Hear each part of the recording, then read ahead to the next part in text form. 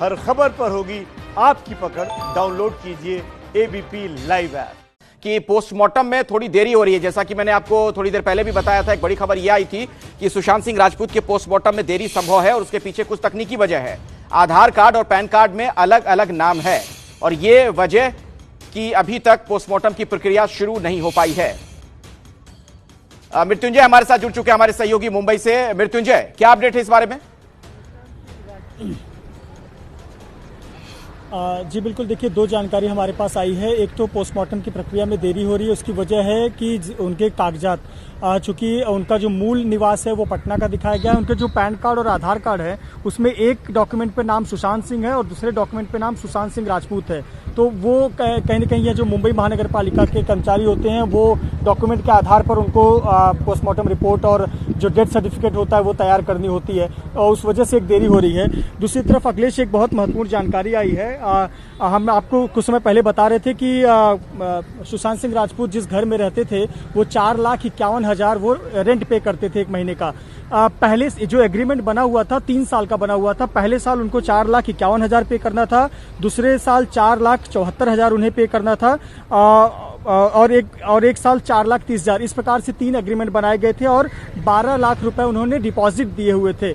ये जानकारी आई है क्योंकि पुलिस ने जो ओनर है उनका स्टेटमेंट लिया है, उसके आधार पर ये हमें जानकारी मिली है। और ये एग्रीमेंट जो था 9 दिसंबर 2022 तक वैलिड था, यानी 9 दिसंबर 2022 तक सुशांत सिंह राजपूत इस घर में रहने वाले थे। इसके पहले ये जो आप घर देख रहे हैं इसके ठीक पीछे पेरी क्रॉस रोड है, वहां पर वो उस घर में रहते थे, जो कि पेरी क्रॉस रोड जहां सचिन तेंदुलकर का बंगलो है उसी लेन में आता है। 6 घर छोड़ के सचिन का घर है और सुशांत सिंह राजपूत जिस बिल्डिंग में रहते थे उस बिल्डिंग में रहते थे। वो शिफ्ट होकर इस डुप्लेक्स में आए थे। डुप्लेक्स में वो नीचे उनके जो दोस्त हैं आर्ट डायरेक्टर वो रहते थे और जो ऊपर का बेडरूम था उसमें सुशांत सिंह रहते थे।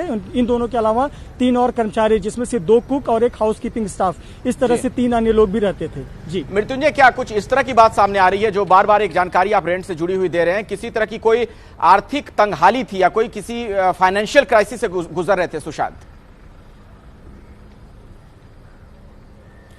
देखिए यही हम बताना चाहते हैं दर्शकों को, इस बात से नकारा नहीं जा सकता कि उनको फाइनेंशियल दिक्कत नहीं थी और इसीलिए इसे पुख्ता करने के लिए मुंबई पुलिस ने उनका बैंक स्टेटमेंट मंगाया है। चूंकि आज रविवार का दिन है, बैंक बंद है। कल जब बैंक खुलेगा तो उन्हें मुंबई पुलिस को उनका बैंक स्टेटमेंट भी मिल जाएगा, जिससे कि एक अंदाजा मिल पाएगा कि इन्होंने कितना रेंट एग्रीमेंट के लिए दिया था, कितना डिपॉजिट दिया था। बैंक बैलेंस से एक अनुमान लगाया जा सकता है कि क्या इन्हें वाकई में आर्थिक दिक्कत थी या वजह कुछ और थी।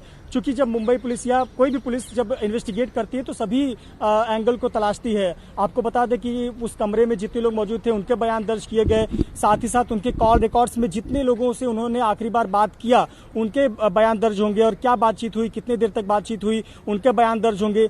एक एक्टर का जिक्र मैंने किया, मैं अभी नाम नहीं लूंगा, जो कि एक टीवी सीरियल के एक्टर हैं, सुशांत सिंह के साथ काम कर चुके हैं। रात को 12 बजे के बाद उन्होंने उन्हें फोन किया था, वो मोबाइल के कॉल रिकॉर्ड्स में है, लेकिन फोन उठाया नहीं गया था। उनसे भी पुलिस पूछताछ करेगी। तो निश्चित तौर पर पुलिस तमाम एंगल से जांच करती है और फिर निष्कर्ष पर पहुंचेगी कि आखिरकार वजह क्या है। लेकिन जो एक महत्वपूर्ण बात पुलिस कहकर जो सूत्र बता रहे हैं कि कोई फाउल प्ले नहीं है, कुछ संदिग्ध नजर नहीं आ रहा है। बेड पर भी ऐसी कोई सस्पिशियस चीज नहीं मिली है जिससे कि कोई संदेह हो। एक पतला लंबा कपड़ा, जो कि चद्दर जैसा कपड़ा, उसके मदद से उन्होंने खुदकुशी की है और ये बात अब तक सामने आई है।